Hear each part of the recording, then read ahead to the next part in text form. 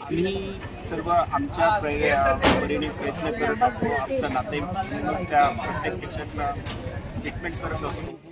तो काल जो रुग्ण आला होता तो एकदम सिव्हिअर MI, त्याला 2 वेळा ECG आपण केलेला.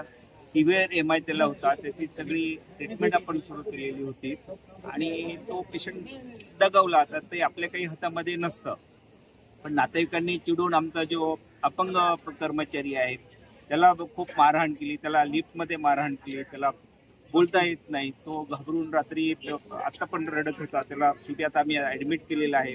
तो मनाने पण खूप कसलेला आहे आणि वॉर्डमध्ये जे ब्रदर होते त्यांना नातेवाईकांनी चाकू दाखवून चाकूचा भीती दाखवलेली. तर अशा परिस्थितीमध्ये मग आम्हाला सर्व आरोग्य कर्मचाऱ्यांना काम करणं हे खूप अवघड होईल आणि असं होऊ नये. आणि रात्री जे ड्युटीवर पोलीस असायला पाहिजे होते ते पोलीस हजर नव्हते. त्यामुळे आम्ही हतबल होतो का आम्ही जायचं कुठे. आम्हाला प्रोटेक्शन थोडंफार असायला पाहिजे. आणि जर नातेवाईक हॉस्पिटलमध्ये चाकू घेऊन येत असतील तर हे खूप गंभीर आहे. मग आम्ही लोकांना रुग्णसेवा कशी देणार असं आहे. आणि यासाठी लक्ष वेळावं म्हणून आम्ही हे 10-15 मिनिटाचं आंदोलन करत आहोत आणि सगळ्या सर्व्हिसेस आम्ही तशा चालू ठेवलेल्या आहेत.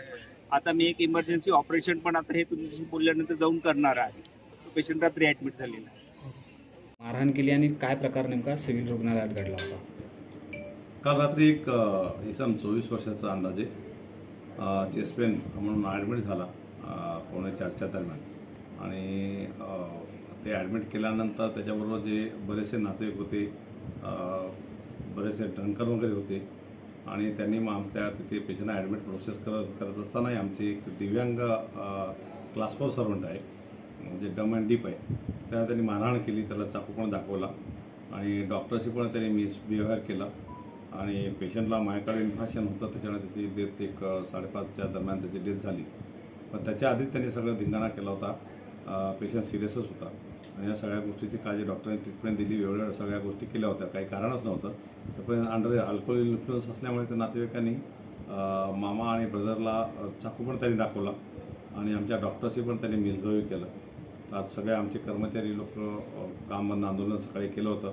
परंतु मी DCP साहेबांची इथले लोकल PI यांच्याशी बोलून FIR दाखल करायला सांगितले. त्याच्यावर गुन्हा दाखल करायची प्रोसेस चालू आहे. त्याच्यात गुन्हा दाखलचे ॲश्युरन्स दिल्यानंतर त्या लोकांनी काम बंद आंदोलन थांबवले. परंतु माझं एकच मत होतं की आपलं रुग्णसेवा देणे हे गरजेचं आहे. त्याच्यावर कोणी त्याच्यावर असं काही आंदोलन करू नये. मी आवाहन केलं आणि त्याच्यावर ते आंदोलन नाही, आपलं रुटीन हॉस्पिटल चालू आहे. परंतु आम्हाला ज्यांच्या मागण्या त्या असतात की प्रोटेक्शन मिळावं, नातेवाईक जे हमले करतात त्याच्यावरती व्यवस्थित गुन्हा दाखल करून त्याची चौकशी करून जे काही गुन्हेगार आहेत त्यांना सजा किंवा त्याला जे काही शिक्षा आहे ती मिळायला पाहिजे, ही सगळ्यांची ती माफकच अपेक्षा आहे.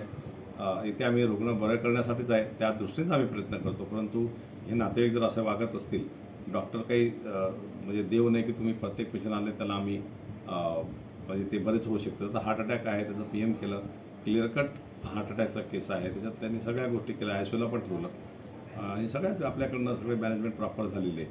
तर त्या व्यतिरिक्त त्यांनी आल्यापासूनच त्याचा तो मूड तसा होता आणि अंडर इन्फ्लुएन्स असल्यामुळे बहुतेक ते आल्यापासूनच त्याची दमदाटी करणं आणि ते मारहाण करण्याच्या मूडमध्ये चाकू वगैरे सोबत होत त्यांच्या आमच्या लोकांनाही त्याच्याबरोबर खूपच एक भीतीचं वातावरण होतं रात्रभरपासून. परंतु मी त्यांना ॲश्युरन्स दिले आणि वरिष्ठ पोलीस निरीक्षक आणि DCPशी बोलून इथे प्रोटेक्शनची व्यवस्था करण्यासाठी सांगितली.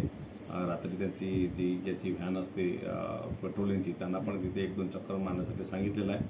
आणि मी जास्त लोकांना सगळ्यांना खरोखर आवाहन करतो की ॲक्सिडेंट्सचे पेशंट असतील किंवा असे काही सिरियस पेशंट आहेत, आमची धडपड हीच असते की आपण त्यांना बरं करायचं. परंतु मिसबिहेव करणं किंवा मारणं, तो दिव्यांग व्यक्ती आहे आमचा मामा, त्याला बोलता येत नाही, त्याला बहिरा आहे, ह्या सगळ्या गोष्टीत त्याला एवढ्या सगळ्या गोष्टी करणं ते खरोखर चुकीचं आहे. आणि त्या दृष्टीने पोलीस प्रशासन याच्यावर कडक कारवाई करेल अशी अपेक्षा आहे. तशीच मी त्यांना हमी दिली आणि म्हणून त्यांनी ते आंदोलन थांबवलं.